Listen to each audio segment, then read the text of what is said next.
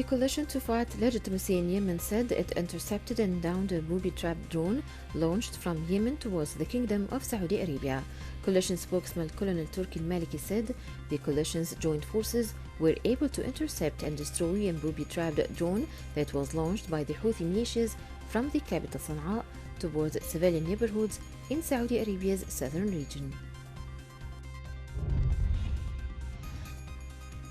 Human rights monitors sounded the alarm over a recent spike in assassinations targeting civil rights activists in Iraq's south ahead of a much-anticipated meeting between the Prime Minister and the US President as part of ongoing strategic talks. Mustafa al-Kadhimi departed for an official trip to Washington this week and is expected to meet with President Donald Trump on Thursday to conclude strategic talks expected to shape the future of Iraq-US ties. Assassination plots have targeted more civil activists this month in southern Iraq compared to the period at the height of the protest movement in October. The United States blacklisted senior Syrian regime officials and leaders of several Syrian military units as Washington continues to impose sanctions aimed at cutting off funds for Syrian president regime's government.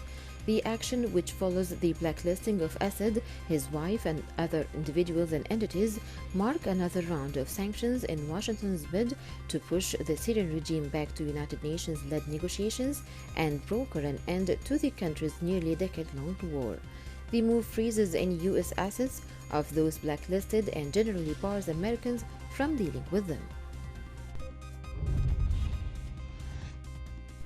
Standing in front of the rubble of a house destroyed in Beirut's port blast, Henry Louisiana brushes off the dust and dirt from fragments of its architecture, all but lost among a tangle of scaffolding obscuring a grand ceiling and elaborate chandelier. Such heritage houses were once commonplace, but many were razed during the 1975-1990 Civil War and then decades of high-rise redevelopment.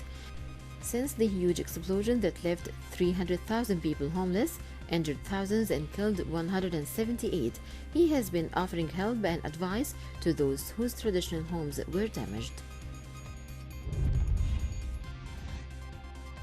A Lebanese lawyer filed a legal complaint against President Michel Aoun and outgoing Prime Minister Hassan Diab for not taking action to remove dangerous material that had been stored at the port of Beirut. The material, 2,750 of ammonium nitrate, ignited on August 4th, killing scores and wounding thousands of people. The move by lawyer Majid Harb is largely symbolic, based on the fact that Aoun and Diab received a security report 2 weeks before the explosion, warning about the dangers of storing the chemical. The brother of a suicide bomber who killed 22 people at an Ariana Grande concert in Manchester in 2017 on Wednesday refused to leave his cell to attend his sentencing hearing.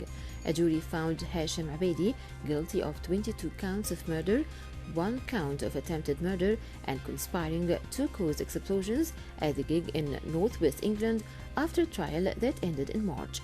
The attack, carried out by Salman Abedi, inspired by the IS, left more than 200 people injured. The massive explosion that rocked Beirut on August 4th resulted in the loss of products imported to the Lebanese capital ahead of their transport to areas controlled by the Syrian regime. Sources said that Lebanese and Syrian merchants were circumventing Western sanctions imposed on Damascus and selling food and construction materials to areas run by President Bashar al-Assad.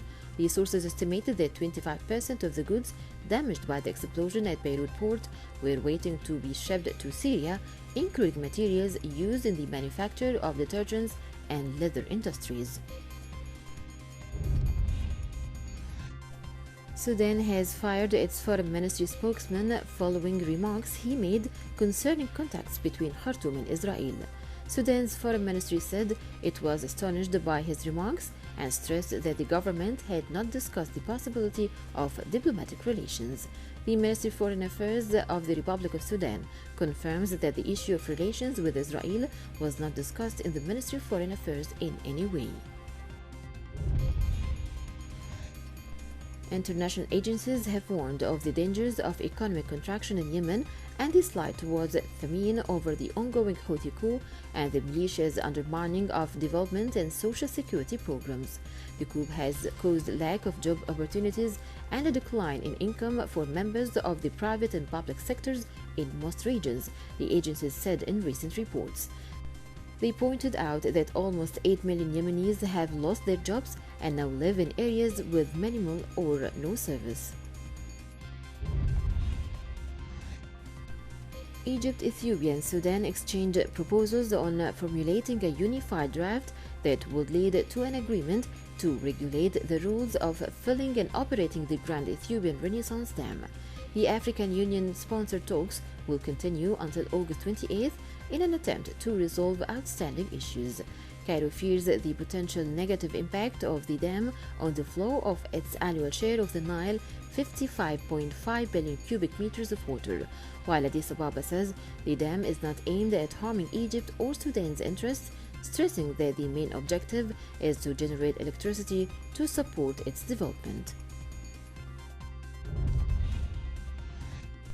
Tunisian Prime Minister-designate Hisham Misheni plans to announce the new cabinet with no more 25 ministries by the end of this week. A number of Tunisian parties, including the Democratic Current, which joined the government coalition, called for an early announcement of the cabinet lineup. They also asked Misheni to provide the parties with the names of ministers to ensure their independence, integrity, and competence.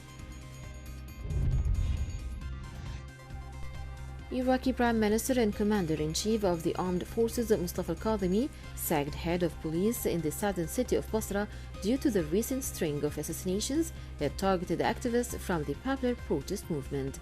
The protesters in Basra and the other provinces accused the police chief of being complicit in the oppression of activists. The spokesman for the armed forces announced that he will be replaced by Abbas Naji. According to the United Nations, Lebanon's economic crisis doubled poverty rates to more than half the population even before this month's explosion at Beirut's port. The UN Economic and Social Commission for Western Asian estimates reveal that more than 55% of the country's population is now trapped in poverty and struggling for bare necessities. UN humanitarian agency OCHA said tens of thousands more people had now seen their source of income vanish after the Beirut blast.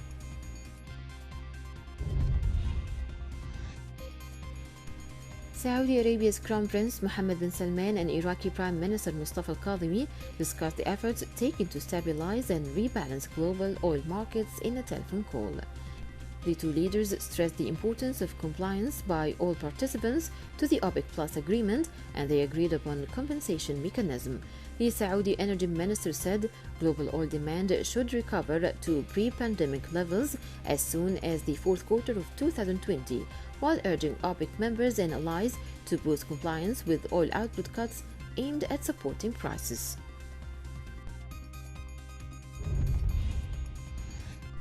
The international community welcomed the verdict into the killing of former Lebanese Prime Minister Rafiq Hariri, where a Hezbollah commander was found guilty. U.S. Secretary of State Mike Pompeo said in a statement that the United States welcomes the guilty verdict handed down by the Special Tribunal for Lebanon against Hezbollah operative Salim Ayyash. The judges noted that Ayyash had an affiliation with Hezbollah and that the accused were all supporters of the group, but the verdict also stopped short of directly pointing to responsibility by Hezbollah in the attack.